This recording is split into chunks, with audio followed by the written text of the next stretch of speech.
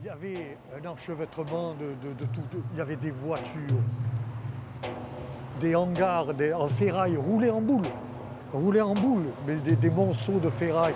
Il y avait même un camion qui était appuyé debout, appuyé contre un platane, à ce niveau-là à peu près. Voilà la marque du niveau de l'eau le 2 décembre 1959. 423 morts et disparus.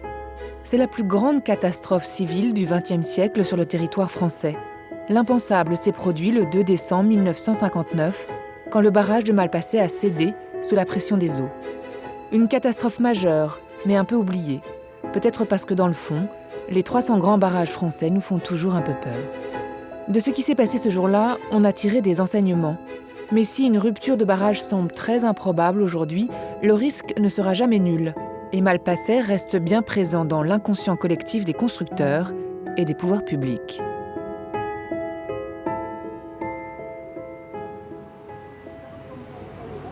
Alors, nous sommes ici dans le quartier de Fréjus, Le rescapé. qui a été le plus touché par la catastrophe de Malpasset. Et au cinquantenaire, c'est ce mémorial qui a été édifié. Vous avez des petits pupitres tout le long du chemin avec le nom de toutes les victimes de la catastrophe. Sur celle-ci, voilà mon père, ma sœur et ma mère. Et nous habitions juste en face.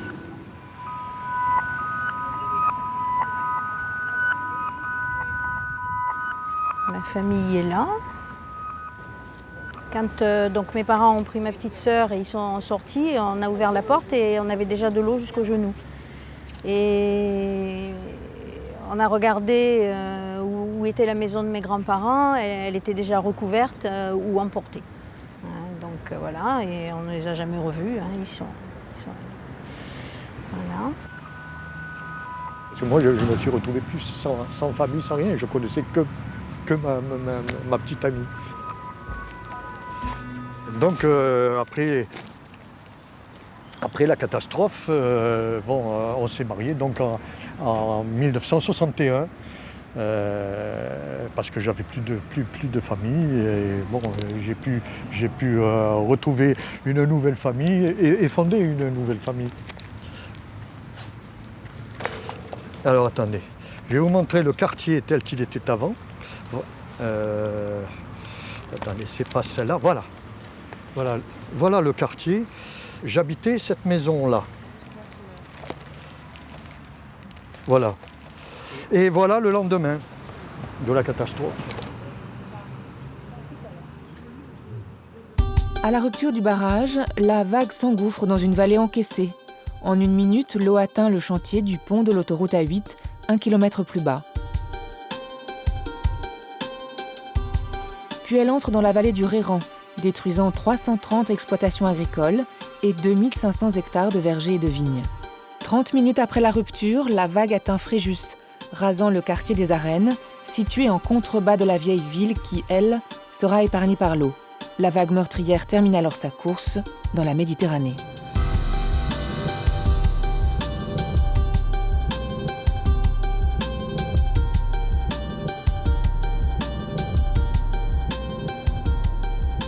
Voilà, tout ça ici, c'était scalpé jusqu'à la roche. Le journaliste de Nice Matin. C'était le verger du vin. Il y avait des exploitations de pêche, les fameuses pêches de Fréjus, qui étaient exportées sur le marché de Covent Garden à Londres, qui était très demandeur. Et les pêches de Fréjus étaient très recherchées en Angleterre. Là, il y avait c'était lunaire, là. Il y avait strictement plus rien là, après Malpasset. Et là, tout ça, la nature a repris ses droits ici. Rien n'a été reconstruit par l'homme. Ici, la ferme était au niveau du sol. Voilà. Ici, le niveau du sol a été abaissé de 12 mètres. C'est-à-dire que la terre a été décapée jusqu'à la roche.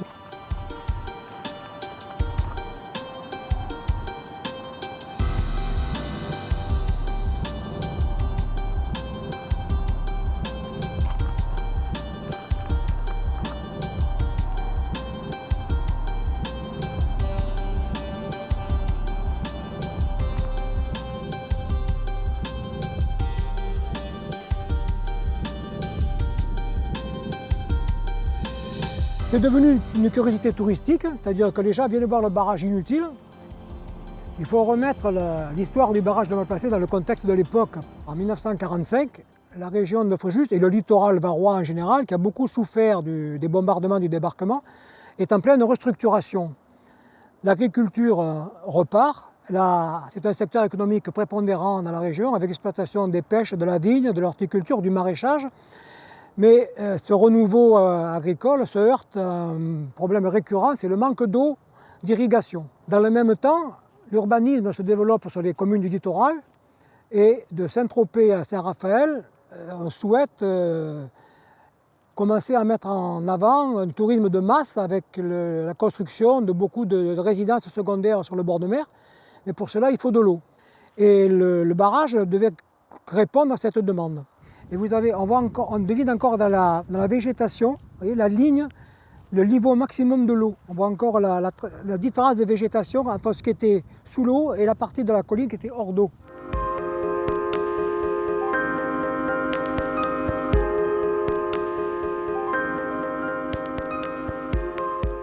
Il y avait là derrière 55 millions de mètres cubes d'eau, ce qui a provoqué un tsunami gigantesque. À la rupture du barrage, la vague a fait 60 mètres de hauteur. Et elle a dévalé à 75 km/h.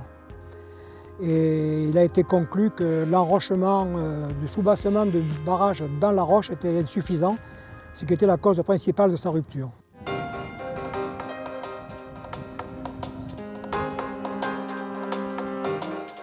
Le bureau d'études qui avait conçu le barrage existe toujours. Ses locaux sont situés à Gennevilliers, en région parisienne. Alain Carrère a rejoint la société en 1974, 15 ans après la catastrophe. Voilà la première pièce du dossier de Malplacé qui date de septembre 1950. C'est une demande d'étudier la possibilité et le coût de ce que pourrait être un barrage au-dessus de Fréjus pour l'alimentation en eau de la région. L'ingénieur. Et on va prendre ça si vous voulez bien. Après le drame, tous les regards se sont tournés vers les concepteurs du barrage. Le cabinet Coyne et Bélier a cherché à comprendre l'origine de l'accident. Voilà des photos à différentes phases de la construction. Donc, c'est un ouvrage comme il en existe une bonne dizaine. Que ce soit en proportion, si vous voulez, en hauteur, en épaisseur. C'est un barrage qui était relativement courant pour l'époque. Tignes venait d'être terminé, le plus grand barrage de France encore à l'heure actuelle. D'autres étaient en construction. Voilà, alors celle-là, ça c'est une photo de la fin de construction. Elle est intéressante parce que c'est là-dedans que ça va se passer. Assez vite, on a compris comment l'accident s'était passé. On a compris que ce n'était pas le barrage lui-même qui avait lâché, que c'était la rive gauche, la pure rive gauche, rocheux, qui avait lâché en premier et qui évidemment avait occasionné ensuite la rupture du barrage proprement dit. Le principe du barrage voûte, c'est que la poussée de l'eau, la pression de l'eau, qui s'applique de l'amont vers l'aval, est transférée latéralement vers les deux appuis, un peu comme un pont, et que pour que tout ça résiste, il faut bien entendu que le barrage soit assez résistant, soit capable de résister à cette poussée, mais aussi les deux appuis rocheux.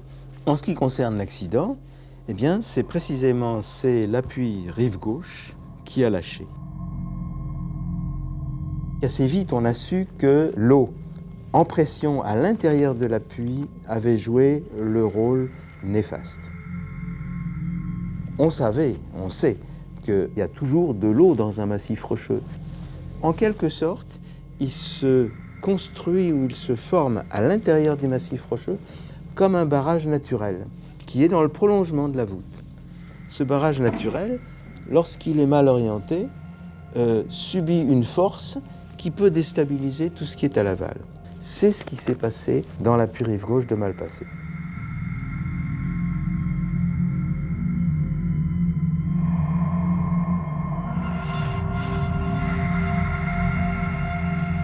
Pendant la nuit, il était bien entendu pratiquement impossible d'intervenir. Et ce n'est qu'au petit matin, vers 6h, 6h15, avec les premières lueurs de l'aube, qu'on a pu mesurer, prendre conscience de l'ampleur du désastre. Mais c'était quelque chose de phénoménal. C'était la surface de la Lune. Il n'y avait strictement plus rien debout, hormis une maison ouverte en deux et le moulin brûlé, face à la vague, était le seul édifice qui avait résisté face à la violence du torrent. C'était l'apocalypse. L'apocalypse. La population était sous le choc, hébétée, démunie de tout, aucun moyen de contact. Et pendant 24 heures, ça a été l'hébétude la plus complète.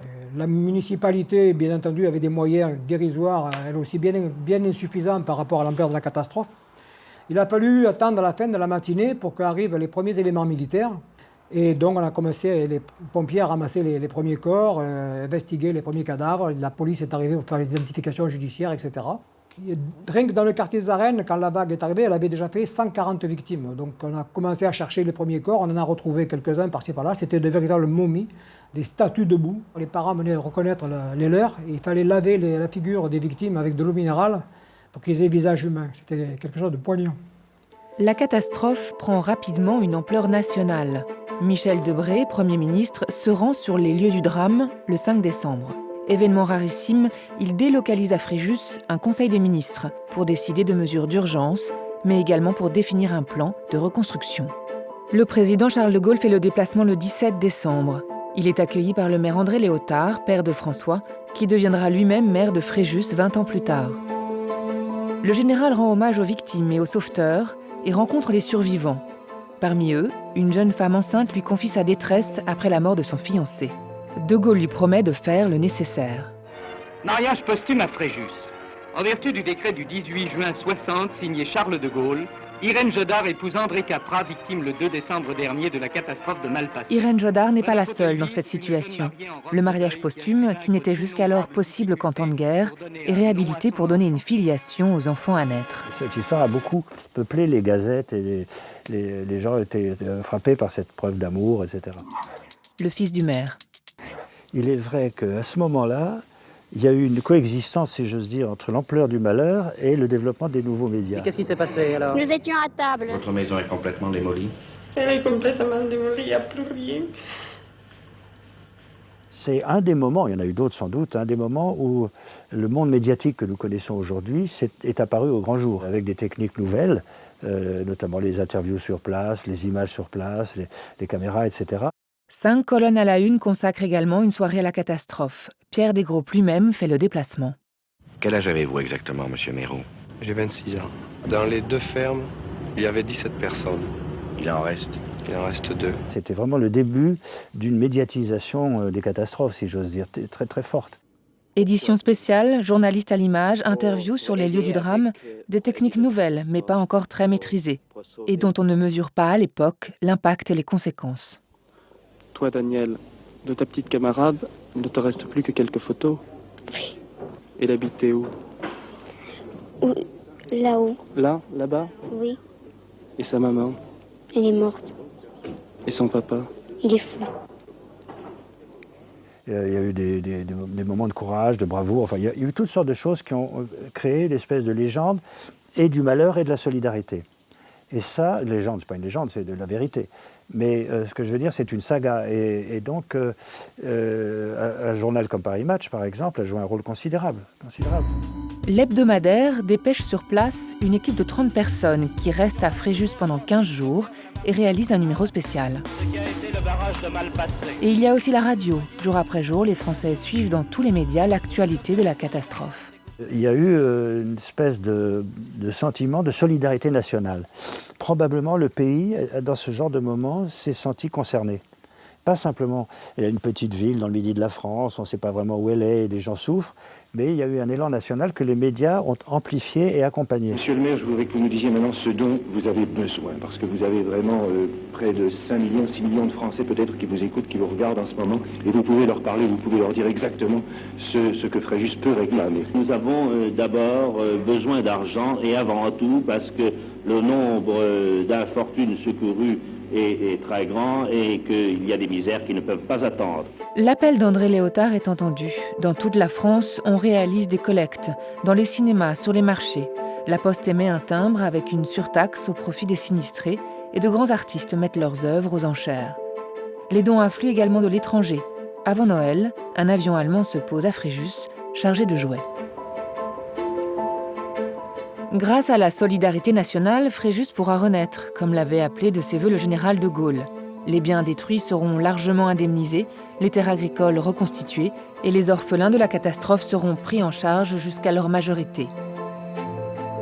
Mais ces dons n'occultent pas la question des responsabilités. Après la catastrophe, vient le temps de l'enquête. Formée d'ingénieurs et de techniciens, la commission d'enquête visite les lieux et devra, entre bien des hypothèses, décider des raisons de la tragédie et désigner les responsables. L'enquête est rendue difficile par la multiplicité des facteurs qui semblent avoir déclenché la rupture. D'abord, le niveau d'eau dans le barrage avait rapidement augmenté dans les jours précédant la catastrophe à cause des fortes pluies. Ensuite, on avait trop tardé avant de se décider à ouvrir les vannes pour relâcher cette pression. Il faut dire qu'un kilomètre en aval se trouvait le chantier de l'autoroute A8, que les ingénieurs, ironie du sort, ne voulaient pas risquer de voir endommagé par un lâcher d'eau. Enfin, dans les mois précédant la catastrophe, on avait procédé à des explosions sur ce chantier autoroutier pour dégager la roche. Et des témoins avaient alerté sur le fait que le site de Malpasset se ressentait de ces tirs de mine. Le parlementaire. On est là dans la responsabilité générale. Aujourd'hui, il y aurait des équipes responsables de l'aménagement du site qui veilleraient à ce qu'il n'y ait pas interpénétration entre deux périls. La mise à eau d'un barrage avec, en un peu plus d'un jour, 4 mètres de hauteur d'eau gagnée, c'est-à-dire une pression formidable, et pendant le même temps, on laissait des tirs de mine qui ébranlaient la roche. Épilogue judiciaire pour l'affaire du barrage de Malpasset. Le tribunal correctionnel de Draguignan a relaxé Jacques Darjoux. Il aura donc fallu 4 ans, la constitution d'un des dossiers les plus volumineux qu'ait jamais connu un tribunal. Tout cela pour conclure que personne n'est responsable, sinon la nature. Le tribunal a donc statué. Le barrage aurait cédé de toute façon à cause de la fragilité de ses appuis rocheux. Fragilité indétectable avec les connaissances géologiques de l'époque. Dans les années qui ont suivi, dans le monde entier, tous les barrages similaires, les barrages voûtes similaires, ont été équipés d'un système de drainage très simple, de façon à éviter que ce phénomène ne puisse se produire de cette façon-là, et donc ça a contribué à améliorer la sécurité.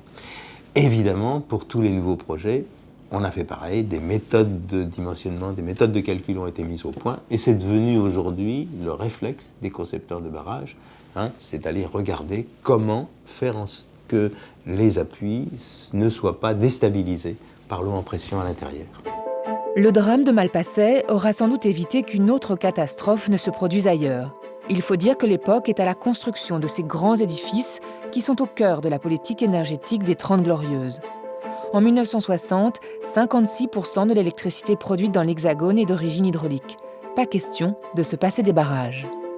Mais il y a un avant et un après Malpasset. C'est à cause de Malpasset qu'on a installé l'unité de sécurité civile à Brignoles. Puisque, en matière de secours, on s'est rendu compte que, certes, les secours avaient été déployés, on en avait appelé à l'armée et tout, mais à l'époque, le général de Gaulle, les ministres concernés s'étaient dit il nous faut une véritable unité qui a été basée, c'est pas par hasard, dans le Var. Bon, d'abord parce qu'il y avait eu Malpasset, et deuxièmement parce que déjà il y avait des inondations. Bien. Donc c'est l'une des avancées. Il y a eu effectivement les tirs de mine. La législation française en matière de prévention aux risques et de gestion des risques est devenue l'une des plus performantes en Europe. En dehors de la sécurité des barrages à proprement parler, une réflexion émerge sur les conduites à suivre en cas d'accident. Et en 1982, les plans d'intervention dans les territoires inondables deviennent obligatoires. La notion de risque, elle est maintenant intégrée dans l'aménagement du territoire au même titre que les intérêts économiques, que le développement. Eh bien, le risque est intégré.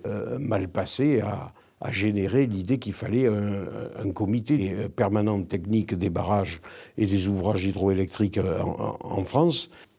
Et on retrouve bien dans toute cette politique de prévention les évolutions d'une société. Le barrage de Saint-Cassien a été construit en 1962, à quelques kilomètres du site de Malpasset.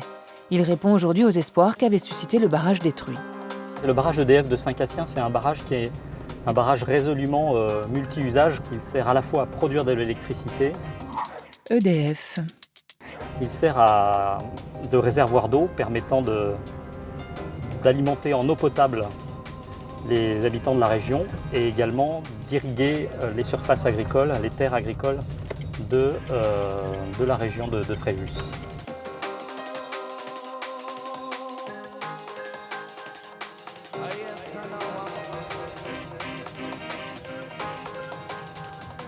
Donc là, nous nous trouvons sur le barrage proprement dit, donc barrage poids, donc structure très imposante, très sûre.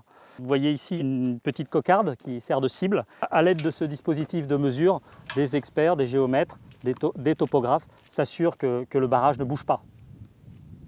La toute première réglementation française sur les grands barrages, elle est directement issue du retour d'expérience de l'épisode de Malpasset. Dans les régions, les DREAL, les directions régionales de l'équipement, de l'aménagement, du logement, qui sont des services rattachés au préfet, vont exercer un contrôle en complément de celui assuré par EDF de ces ouvrages, les visiter régulièrement, analyser les données qui sont transmises par EDF.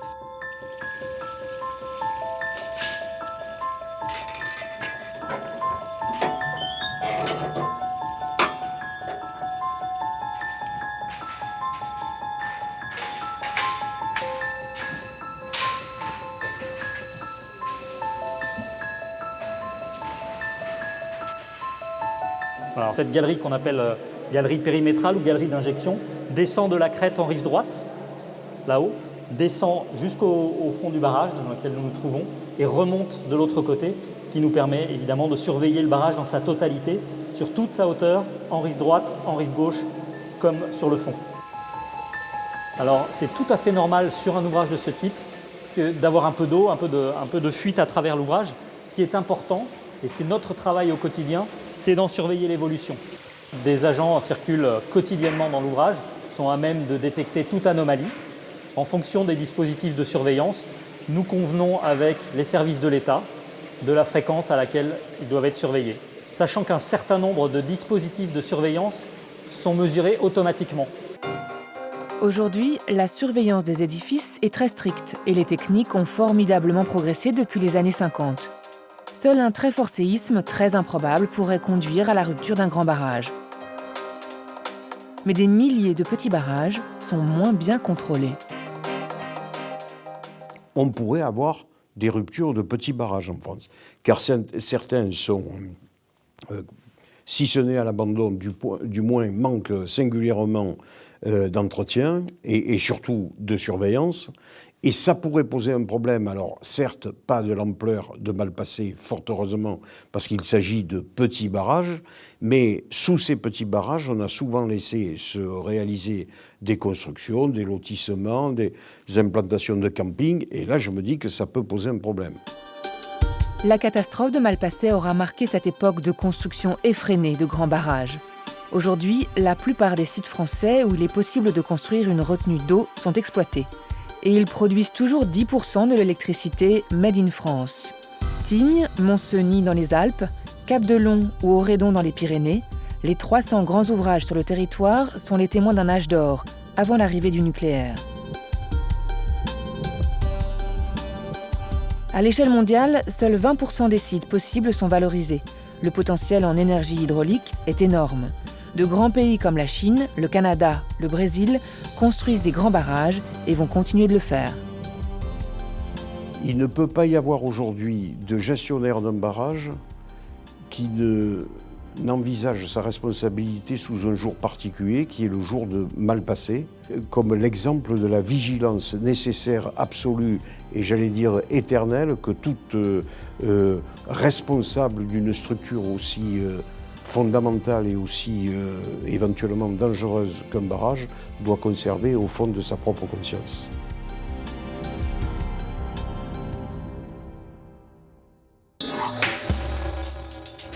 C'était un peu comme une bombe. Des numéros d'urgence totalement Une vision d'apocalypse. Le naufrage a lieu au large des côtes bretonnes. Une catastrophe écologique de grande ampleur. J'ai aperçu des torrents de boue. Des tonnes d'eau dévastantes. L'état de catastrophe naturelle sera bien déclaré. Un feu a traversé environ 50 hectares. Là, c'est une grue qui s'est effondrée. Un employé a été touché par un nuage.